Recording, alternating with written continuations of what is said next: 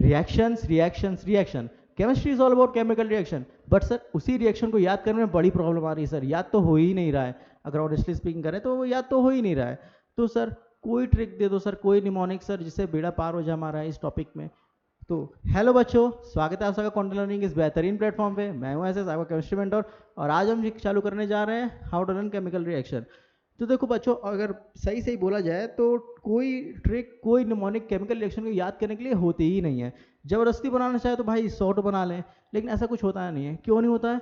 क्योंकि रिएक्शन एक नहीं है, बहुत सारी रिएक्शन है। उन सब के लिए निमोनिक्स बनाना और उनको तुमको याद रखवाना, ये बहुत बड़ा काम है। अच्छा, अब एक सिचुएशन को तुम कंसिडर करो एक सिचुएशन को कि तुम एग्जाम हॉल में बैठे हो, टाइम बड़ा कम है, पेपर बहुत ज़्यादा बचा है, पैनिक कर रहे हो एकदम से।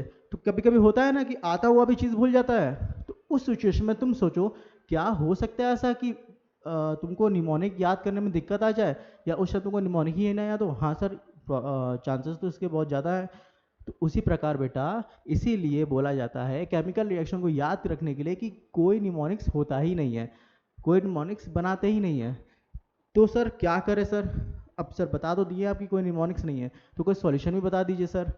तो बच्चों सुनो, रिएक्शन को याद करने के कॉन्सेप्ट होते हैं, कॉन्सेप्चुअल चलते हैं। जैसे अगर बात करते हैं, एक सिंपल रिएक्शन का एग्जांपल दे रहे हैं कि मेटल है, मान लो वो वाटर के साथ रिएक्ट करता है, तो क्या बनाता है?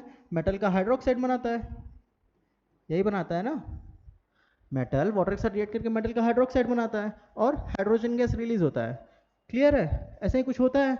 अब यहाँ पे ढेर सारे कोई भी अलग अलग मेटेरियल ले लो, वैलेंसी को सेटिस्फाई कर लो, रिएक्शन हो जाएगा। अब तुम बताओ, ऐसे रिएक्शन को याद करने के लिए तुमको निमोनिक्स की जरूरत है, ट्रिक्स की जरूरत है? नहीं ना। कुछ डिस्प्लेसमेंट रिएक्शन होते हैं, उनको याद करने के लिए तुमको ट्रिक्स की जरूरत है? नहीं ना। उसके लिए तो क्या, रिएक्टिविटी सीरीज याद कर लेते हैं।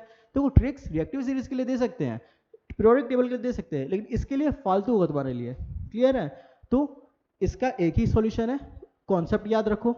रिएक्शन से कॉन्सेप्ट बड़े आसान से होते हैं, अगर अच्छे से समझाया जाए तो वो बहुत आसान होते हैं बेटा। ठीक है? तो रिएक्शन के कॉन्सेप्ट याद रखो। और दूसरा, कुछ रिएक्शन ऐसे होते हैं जो एक्सेप्शन केस होते हैं, एक्सेप्शनल केस होते हैं। क्लियर है? तो उन एक्सेप्शनल केस को तुमको याद रखना ही होगा। अब सर याद कैसे करें?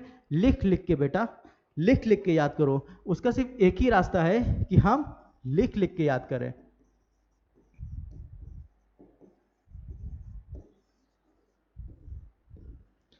हर रिएक्शन को लिख लिख के याद करें। मसल मेमोरी के नाम सुने हो क्या सर? जैसे बचपन में हम साइकिल चलाना सीखते थे तो क्या होता था, बड़ा दिक्कत होता था। पहली बार तो गिर जाते थे, फिर थोड़े टाइम बाद क्या होता था, बैलेंस बनना स्टार्ट होता था, फिर ध्यान से चलाते रहे।